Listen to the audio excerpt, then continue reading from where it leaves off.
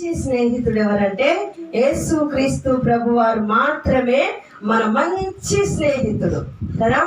నిజమైన స్నేహితుడు విడువక ప్రేమిస్తాడు, దుర్దశలో అట్టివాడు హత్తి ఉంటాడు కదా. నిజమైన స్నేహితుడు ఏం చేస్తాడంటే విడువక ప్రేమిస్తాడు, దుర్దశ రాగానే అట్టివాడు ఎలా ఉంటాడో హత్తుకొని ఉంటాడు. ప్రియమైన దేవుని బిడ్డలారా, అయితే ఈరోజు చాలా మంది ఫ్రెండ్షిప్ డే జరుపుకుంటూ ఉన్నారు కదా.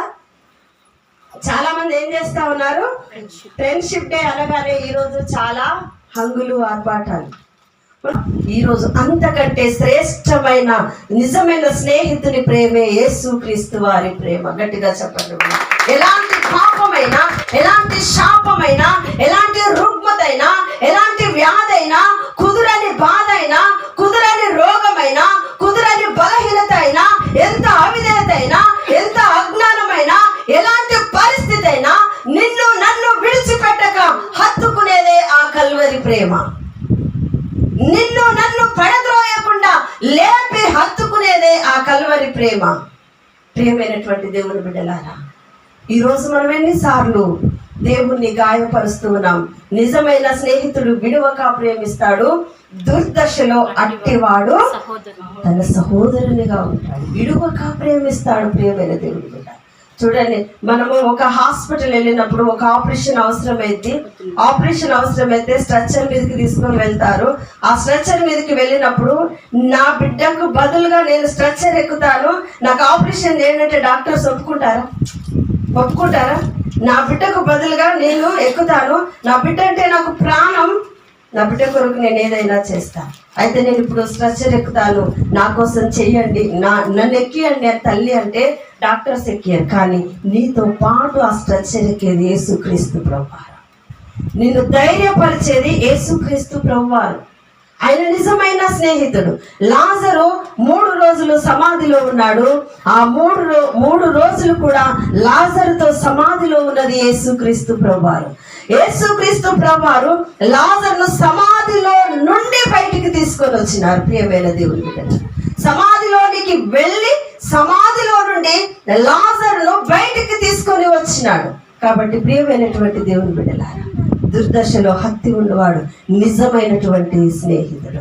ఎవరికైనా దుర్దశ రాగా, నిజంగా ఈ లోకంలో స్నేహితులు ఎలా ఉంటారు ఇప్పుడు చెప్పినా కదా, వాళ్ళకి అనుకూలంగా లేకపోతే విడిచిపెట్టేస్తారు, వాళ్ళకి ఇష్టంగా లేకపోతే విడిచిపెట్టేస్తారు. వాళ్ళే కాదు, మనమైనా కూడా అంతే.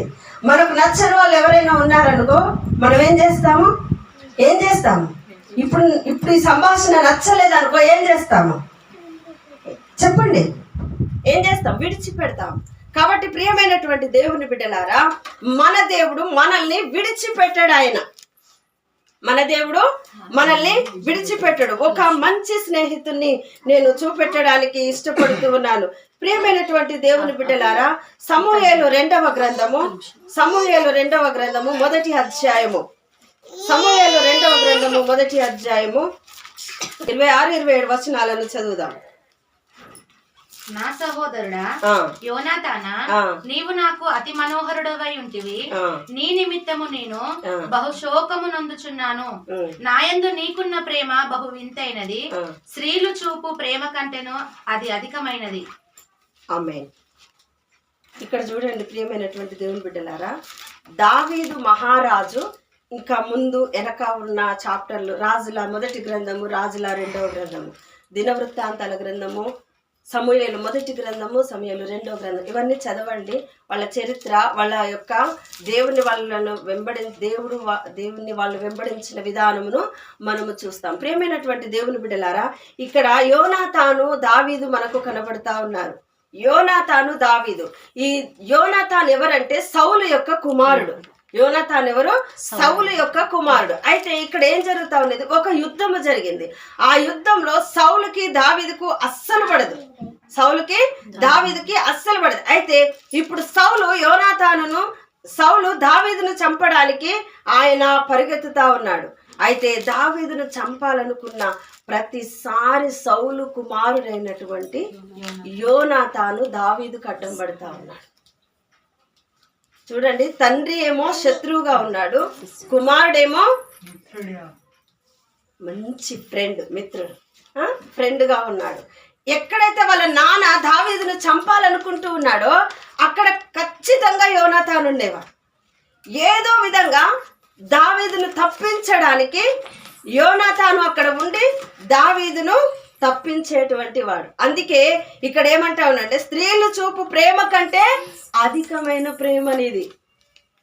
పరమగీతంలో ఏమంటాడు, నా సహోదరి, నా ప్రాణేశ్వరి, నా పావురమా, నా సఖి, లెమ్ము రమ్ము మనము అందాల ఉద్యానవనములోనికి వెళ్ళుదాము అంటాడు కదా. స్త్రీని సంఘముతో పోలుస్తాడు. కానీ చాలా మంది స్త్రీలు, అందరూ న్యూస్ చూస్తూనే ఉన్నారు కదా, ఎంతమంది స్త్రీలు తన బిడ్డలను చంపేసి పాతి పెట్టట్లేదు? ఎంతమంది స్త్రీలు కడుపులో పుట్టిన బిడ్డలను కూడా చంపి పాతి పెడతా ఉన్నారు. కానీ ఇక్కడ యోనాతాను గురించి దావీదు ఒక విషయాన్ని చెప్తూ ఉన్నాడు, స్త్రీల ప్రేమ కంటే అధికమైన ప్రేమ నీదంటా ఉన్నాడు. స్త్రీలు చూపించే ప్రేమ కంటే అధికమైన ప్రేమ అనేది అంటూ ఉన్నాడు. ప్రియమైనటువంటి దేవుని బిడ్డలారా, అట్టి అధికమైన ప్రేమతో మనము దేవుణ్ణి హత్తుకోవాలి. అట్టి అధికమైనటువంటి ప్రేమతో మనము దేవుణ్ణి ఆరాధించాలి. దేవుణ్ణి ఆరాధించేటప్పుడు ఆయనను మనము మన పూర్ణ హృదయముతో, మన పూర్ణ ఆత్మతో, మన పూర్ణ బలముతో. యెహెజ్కేలు గ్రంథంలో ఏమంటా ఉన్నాడంటే, నీవు దాన్ని భక్షించు. వాక్యమును మనం భక్షించాలి, మనం తినాలి, వాక్యాన్ని భుజించాలి. దాన్ని వాక్యమును ఎప్పుడైతే మనము భుజిస్తామో అప్పుడే వాక్యము యొక్క విలువలు మనకు తెలుస్తాయి. దేవుడు మనకిచ్చినటువంటి ఆయన కృపను మనం పొందుకోవాలంటే మన ఆధ్యాత్మిక జీవితంలో దేవునికి విరోధమైన వాటిని విడిచిపెట్టి మనము ఆయన యొక్క సన్నిధిని, ఆయన యొక్క కృపలోనికి మనం పాత్రులం కావాలంటే మన జీవితంలో పాతవి గతించెను, ఇదిగో కొత్తవి మొదలాయను. ప్రేమైన దేవుని బిడ్డలారా, మన పాత జీవితంలో ఉన్నవన్నీ విడిచిపెట్టాలి, కొత్త జీవితంలోనికి వెళ్ళాలి. అందుకే కదా యోనాతాను దావీదును ప్రేమించగలిగినాడు. అందుకేనా యోనాతాను దావీదును ప్రేమించగలిగినాడు అంటే, శత్రువులు అక్కడ తరుముతూ ఉన్నా కూడా దావీదును దేవుడు అభిషేకించినాడు కాబట్టి దావీదు యొక్క విలువలు యోనాతానికి తెలుసు. అందుకని యోనాతాను దావీదును రక్షించగలుగుతున్నాడు. ఎక్కడ ఏ సమస్య వచ్చినా, ఏ శ్రమ వచ్చినా, ఏ శోధన వచ్చినా, ఏ బలహీనత వచ్చినా, ఏ యుద్ధం వచ్చినా, ఏ పోరాటం వచ్చినా, ఏది దావీదు జీవితంలో వచ్చినా యోనాతాను అక్కడ నిలబడుతా ఉన్నాడు. దావీదు పక్షాన యుద్ధము చేస్తూ ఉన్నాడు. ప్రియమైనటువంటి దేవుని బిడ్డలారా, ఈరోజు దేవుడు నీ పక్షాన యుద్ధము చేయాలంటే ఈరోజు మన మనసును దేవునికి, నిజమైన రక్షకుడు ఆయన ఉన్నాడు, ఆయనను మనము కనుగొనాలి. మన అంతరంగమును ఆయనకు మనము సమర్పించాలి.